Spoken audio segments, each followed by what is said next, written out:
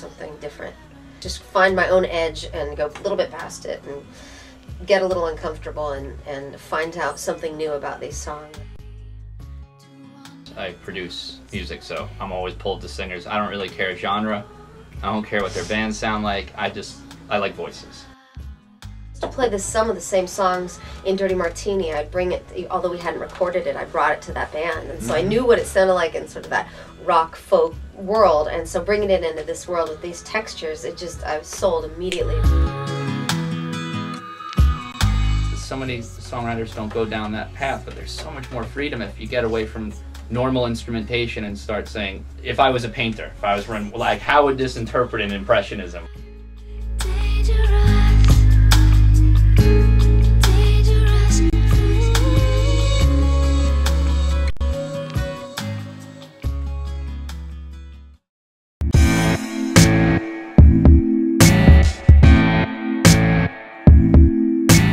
With 20 Slivers, where we ended up was a radical departure from where it started.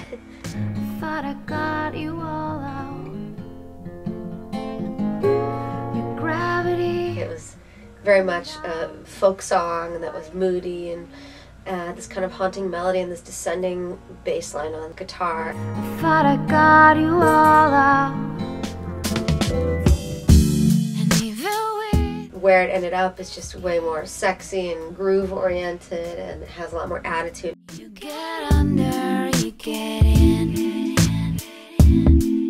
Instead of being a sad statement, it's a little bit more angry. And it was based on the vision that he had, which was to combine his production and the textures from the world of trip-hop, hip-hop, and electronica and tastefully meld that with my world of songwriting.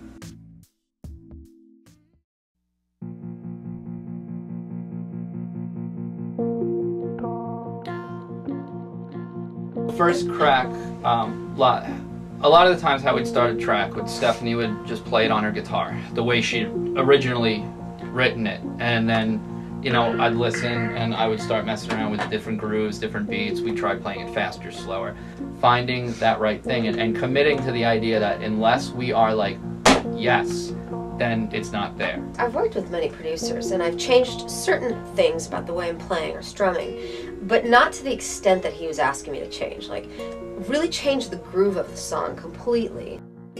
We stayed true to that motif in the sense that we would not just like, all right, let's record that vocal different. We'd throw out the whole thing, like the tempo, everything. Like, okay, let's whole new direction. Let's try dub. What was so interesting for me with that song is he had first crack, ass crack, butt crack, second crack, third crack. Like, we just kept a lot of crack. And it's really cool from a producer standpoint when you work with an artist. It gives you that much freedom, and it has really has signed on, basically in blood, to be like, take me on a friggin' ride. If this is the first crack.